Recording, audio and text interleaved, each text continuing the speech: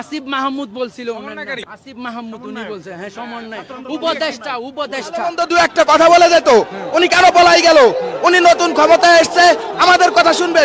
উনিও কিন্তু এই কয়েকদিন আগে রাজপথে ছিল। দেখছেন আসিফ মাহমুদ যে সমন্বয়কারী ক্রীড়া মন্ত্রণালয়ের দায়িত্বে রয়েছেন, তিনি কিন্তু দেখছেন তার গাড়িটি পিছন দিকে চলে যাচ্ছেন। আমরা যদি একটু দেখাই, তার গাড়িটি ঘুরে যাচ্ছেন, সমন্বয়কারী ছিলেন এবং দেখছেন এই মুহূর্তে তার আসিফ স্যারের গাড়ি, আসিফ স্যার, দেখছেন আসিফের গাড়ি কিন্তু চলে যাচ্ছে। এই মুহূর্তে সমন্বয়কারী রয়েছেন। কার গাড়ি কার গাড়ি কার গাড়ি কার গাড়ি কার গাড়ি কার গাড়ি কার গাড়ি? এটা উপদেষ্টার গাড়ি, উপদেষ্টার গাড়ি। কি নাম কি? নাহিদ, নাহিদ, নাহিদ।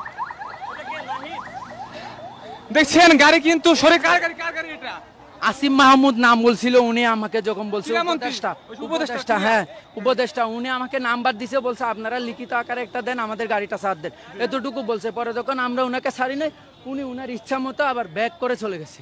আসলে কি প্রমাণিত হলো এটা? উনি আমাদের পক্ষে আছে কিনা, পক্ষে আছে কিনা সেটা আমরা কিভাবে বুঝতে পারবো? প্রমাণিত হয়েছে। সামনে কথা বলার মতো কোনো সাহস নাই, তারা দুর্নীতি করতে করতে কথা বলছে, আমাদের সাথে কথা বলছে যে আপনারা একটা লিখিত আমাদেরকে দেন। আমি আসিফ মাহমুদ বলছিল, আসিফ মাহমুদ উনি বলছে, হ্যাঁ সমন্বয় উপদেষ্টা আসিফ মাহমুদ নাম হিসাবে বলছে, হ্যাঁ হ্যাঁ। তো উনি বলতেছে যে আপনারা একটা লিখিত দেন। স্যার আমি বলতেছি লিখিত কি? এখানে আমাদের এক দফায় এক দাবি, এখানে লিখিত কি দিব? আমাদের তো কোনো এক্সট্রা কোনো লিখিত কোনো কাজ নাই। আমাদের এখানে কোনো অনেকগুলা দাবি যদি থাকতো তাহলে আমরা লিখিত আকারে পেশ করতাম, এটাই বলছি আমি। হ্যাঁ হ্যাঁ, কথা না বলে কেন চলে গেলেন? উনি ভয়েতে পালাইছে।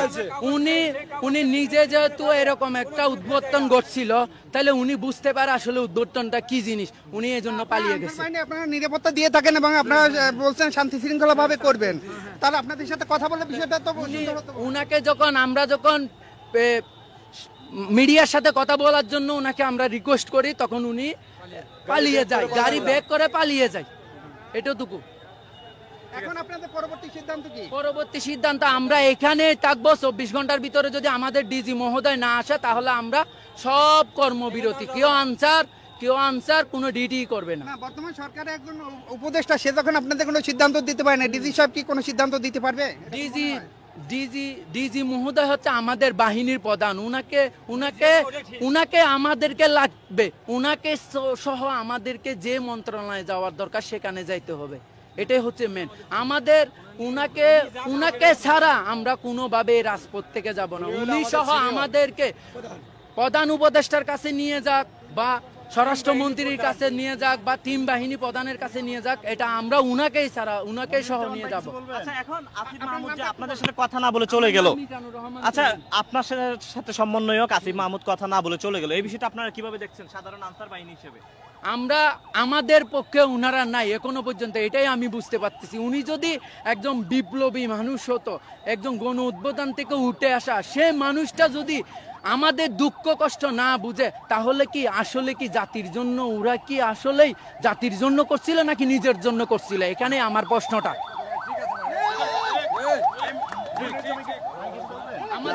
আমাদের আমরা কষ্ট করি, বহুত কষ্ট করি আমরা। আমাদের চাকরি আছে 10 বছর, আমাদের কোনো পেনশন নাই। বাড়িতে গেলে আমরা খাজাতে যেতে হবে। আমরা 2006 সালে চাকরি করি, আমাদের খালি জ্বালা যন্ত্রণা করতে আমরা অসহ্য হয়ে গেছে। আমাদের পোলাবার লেখাপড়া করতে পারি না, বাবা মা ঠিক মতো খাতে দিতে পারি না, ওষুধপাতি কিনতে পারি না, আমাদের কোনো ব্যবস্থা নাই। আমাদের অফিসের যেগুলো আছে সম্পূর্ণ চোর, খালি টাকার ভুক্ত। আমার তো অনেক টাকা কাটে রাখছে, আমার কোনো টাকা পয়সা দেয় না। 16,000 টাকা বেতন, আমার কোনো চাকরি, আমাদের কোনো পাই না, আমরা খরচ করে খেতে পারি না, খুব কষ্ট হয় আমাদের। এই যে চাকরি শেষ, আমরা কি করে খাবো বাড়িতে? এখন 8 মাস 9 মাস 10 মাস আমার বাড়িতে বসে থাকা লাগে। মানুষের বাড়িতে কামলা দিয়ে চাকরি করে দিতে, আবার কামলা দিস কেন? এগুলো কি ঠিক? এসে তো খাওয়া লাগে। আমরা ট্রেনিং লোক, আমরা ট্রেনিং করে আসি, আমরা অস্ত্র চালাতে শিখছি। তার কেউ খোঁজ খবর নেয় না। আমাদের এই যে কোটা সংস্কার আন্দোলনে যে আমাদের আনসার সদস্য, অগণিত আনসার সদস্য মারা গেছে, এটা কেউ কোনো খোঁজ খবর নেয় না। কোনো অফিসার কর্মকর্তা আমাদের আনসার ডিপার্টমেন্টের বলেন অন্য অন্য ডিপার্টমেন্টের বলেন কেউ কোনো প্রকারের খোঁজ খবর বা সহযোগিতা বা তাদেরকে দেখতে যাওয়ার জন্য যে সান্ত্বনাটুকু এইটুকু দেওয়ার জন্য কেউ আগে আসে নাই। এই হলো আমাদের আনসার ডিপার্টমেন্টের অবস্থা। দেখছেন এই মুহূর্তে কিন্তু আন্দোলন চলছে, বিক্ষোভ চলছে এবং আমরা যদি একটু দেখাই যে আসিফ মাহমুদ ছিলেন যে কোটা আন্দোলন সমন্বয়কারী, এখন কিন্তু উপদেষ্টা হয়েছেন ক্রীড়া মন্ত্রণালয়। তার গাড়ির যখন পেয়েছিল তখন তার গাড়িতে ডেকে আনসার সদস্যরা কথা বলার চেষ্টা করছে। এক পর্যায়ে কিন্তু তোপের মুখে পড়ে যখন আনসার সদস্যরা গণমাধ্যম কর্মীদের সাথে কথা বলে আসিফ মাহমুদকে ক্রীড়া মন্ত্রণালয়ের যে দায়িত্বে রয়েছেন সেই গাড়ি কিন্তু এক সময় কিন্তু পিস ফেলে ব্যাক করে পালিয়ে যায়, যেটি কিন্তু আমাদের শুরু থেকেই গণমাধ্যমে দেখিয়েছি। জি বলেন বলেন। এটা ওই উপদেষ্টা স্যারের বলেন উপদেষ্টা স্যারের প্রোটোকল। আমরা সবাই মিলে আমাদের এই দাবিটা ওনার কাছে তুলে ধরতে চাইছিলাম, কিন্তু উনি আমাদের দাবির কথা শুনে বলছে যে তোমাদের ডিজির সাথে আমি কথা বলবো, এই বলে আমাদের আর কিছু না বলে গাড়ি সাহা করে ব্যাগ দিছে। পিছনে যদি আমাদের কোনো থাকতো হয়তো বা মরেও যেতে পারতো। উনি এইভাবে পলান উনার ঠিক হয়নি। উনি ভালো মন্দ দু একটা কথা বলে যেত, উনি কেন পলাই গেল? উনি নতুন ক্ষমতায় এসছে, আমাদের কথা শুনবে। উনিও কিন্তু এই কয়েকদিন আগেও রাজপথে ছিল, আমরাও রাজপথে আছি। আমাদের দুঃখ বোঝার জন্য উনার প্রয়োজন ছিল। উনি ওনার কাছে একটাই দাবি, এভাবে না বলে আমাদের কথা শুনতো, আমাদের প্রাণের দাবি শুনে নিত, শুনে আমাদের যে কোনো একটা সান্ত্বনা দিয়ে যেতে পারতো। উনি কোনো সান্ত্বনা নিয়ে দিয়ে উনি পর আবার গাড়ি ব্যাক ফিরে চলে গেলেন। এই গাড়িটি কার? এই যে প্রোটোকলে আসলো কার গাড়ি? এটা উনারই প্রোটোকল। এই যে উনাদের এই ছাত্র আন্দোলনে আমাদের আনসার, সাধারণ আনসার সিভিলে ছাত্র হিসেবে এসে আন্দোলন করছে। আমাদের সাধারণ আনসার বুকে রক্ত বিছাই যাচ্ছে রাজপথে, আমাদের সাধারণ আনসার মারা গেছে। অনেক ভার্সিটিতে আমাদের সাধারণ আনসার পড়ে এখনো, তারাও আসিফ মাহমুদকে নিয়ে আসছিল এই গাড়ি প্রোটোকল দিয়ে নিয়ে আসছিল। জি জি, আসিফ হ্যাঁ আসিফ স্যারকে এই গাড়ি প্রোটোকল দিয়ে নিয়ে আসছিল। আমরা স্যারকে আমাদের দাবিটা বলতেছিলাম, কিন্তু স্যার আমাদের দাবি না শুনেই উনি গাড়ি ব্যাক করে চলে গেল। প্রোটোকলের গাড়ি রেখে উনি নিজের গাড়ি ব্যাক করে চলে গেল। এটা স্যার কেমন কাজ করলো? এটা কি স্যার দেশের জন্য করবে না নিজের স্বার্থের জন্য? স্যার কি দেশের জন্য না নিজের স্বার্থের জন্য? আমরা দেশের একটা আনসার বাহিনী, আমরা দেশের প্রতিটা ক্ষেত্রে আমরা দিয়ে যাচ্ছি, সেবা দিয়ে যাচ্ছি। আমরা এমন কোনো সেবা নেই দিচ্ছি না। আমরা সরকারি খাতে, বেসরকারি খাতে, বাংলাদেশের গুরুত্বপূর্ণ জায়গায় আমরা নিজেদের সকল ধরনের জীবনের রিস্ক নিয়ে আমরা সেবা দিয়ে যাচ্ছি।